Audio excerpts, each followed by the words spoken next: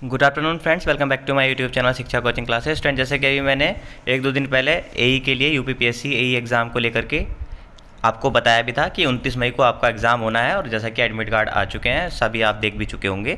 तो देखिए, जैसा कि कुछ स्टूडेंट पहले भ्रमित कर रहे थे और कि भाई एग्ज़ाम नहीं होगा और यहाँ से वहाँ से ये खबर है वो खबर है, ये आगे बढ़ेगा पेपर। तो देखिए, फाइनली पेपर हो रहा है जैसा कि आपको बताया गया था।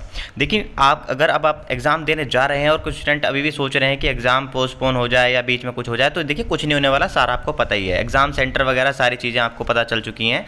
और जो आपको ध्यान रखने वाली बातें हैं, सबसे पहले तो ये कि एग्ज़ाम से आप टाइम से पहले 2-4 घंटे पहले या हो सके तो एक दिन पहले पहुँचें। दूसरी बड़ी बात यह है कि जैसे कि लास्ट टाइम 2019 वाला पेपर था जो कि आपका हुआ, उस पेपर में बाद में सुनने में आया था कि यहाँ पर इस सेंटर पे या उस सेंटर पे धांधलीबाजी हुई है, ब्लैंक कॉपी छोड़ी गई थी। तो दोस्तों, मैंने इसीलिए ये वीडियो बनाया है। देखिए, हालांकि आप एग्ज़ाम टाइम में आपको 2.5 घंटे दोनों में मिलेंगे, पेपर 1 पेपर 2 में। तो लेकिन आपको जो भी आपका पेपर हो जाए और बाद में जो भी सबमिट कर रहा है पेपर, उन पे आप भले ही एक नज़र रखें और ध्यान रखें कि ये इसलिए मैं आपको बता रहा हूँ क्योंकि यूपी में जैसा कि आप देख पा रहे होंगे कि यूपी एसआई हो गया, चाहे वीडियो हो गया, चाहे कोई भी एग्ज़ाम हो, उसमें करप्शन किस तरीके से हो रहा है। हालांकि ये लोक सेवा आयोग इस परीक्षा को कंडक्ट करा रहा है, लेकिन जो ट्रांसपेरेंसी है वो कहीं ना कहीं कुछ हद तक कुछ ना कुछ देखिए सुनने में आता ही है, कुछ ना कुछ होता ज़रूर है।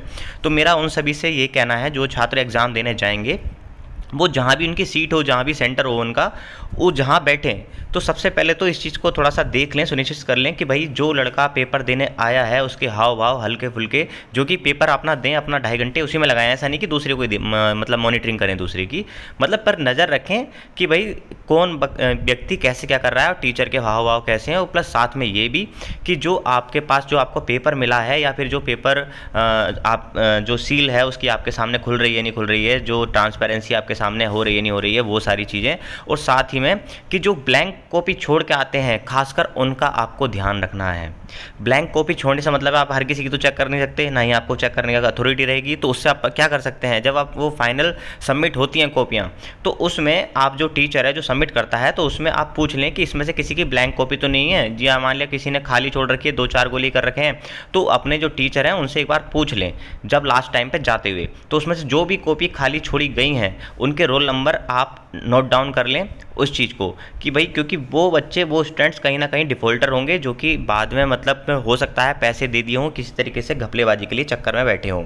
बाकी सारी बातें आपको पता ही है कि भाई एडमिट कार्ड लेके जाना है, उसके बाद आप एक ओरिजिनल आईडी लेके जानी है, फ़ोटो वोटो अगर देख लेना इंस्ट्रक्शन में लिखे हैं तो वो ले जाने हैं। साथ ही में आपका जो भी है मास्क वगैरह पहन के जाना है, जो भी उन्होंने मापदंड दे रखे हैं कि एग्ज़ाम देने के लिए, वो आपको फुलफिल करने हैं। वो तो फिलहाल कोई दिक्कत नहीं है। फिलहाल यही है कि जो धांधलीबाजी है उसको किस तरीके से मॉनिटरिंग की जाए, तो उसके लिए क्या आस पड़ोस में, प्लस जो ब्लैंक कॉपी जो छोड़ कर आते हैं उनके रोल नंबर जो नोट डाउन कर लें, और हो सके तो बाहर आकर के उस रोल नंबरों के साथ में और अपना जो भी 2-4 लोगों का जो भी आपका ग्रुप है उसमें एक वीडियो बना लें कि भाई इस रोल नंबर ने ब्लैंक कॉपी छोड़ी है, क्योंकि हो सकता है फाइनल सिलेक्शन में उसके हाईएस्ट नंबर आए और आपका सिलेक्शन रुक जाए उसी की वजह से। तो ये बात आप, ये आपको एग्ज़ाम देना है, आपका सेंटर रहेगा, आपका ही जो सारी चीज़ें हैं। और उसमें आप अगर लास्ट में पूछते भी हैं कि किसी ने खाली कॉपी छोड़ी तो नहीं है, आप हमें दिखाएं या आप हमें बताएं, तो वो ज़रूर बताएंगे, क्योंकि वो चीज़ रहती है। क्योंकि लास्ट टाइम भी ऐसा हुआ था, कॉपियाँ खाली छोड़ी गई थी, बाद में उनके नंबर अच्छे खासे आए थे। तो इन चीज़ों का ध्यान रखना है दोस्तों। वीडियो में मुझे इतना ही बताना था कि करप्शन ना हो, कम से कम हो, या फिर बिल्कुल ही ना हो तो ज़्यादा अच्छा है। तो इन चीज़ों को थोड़ा ध्यान में रखना पड़ेगा। बाकी का वीडियो अच्छी लगी तो लाइक करें, चैनल को सब्सक्राइब करें। Thank you so much. जय हिंद, जय भारत।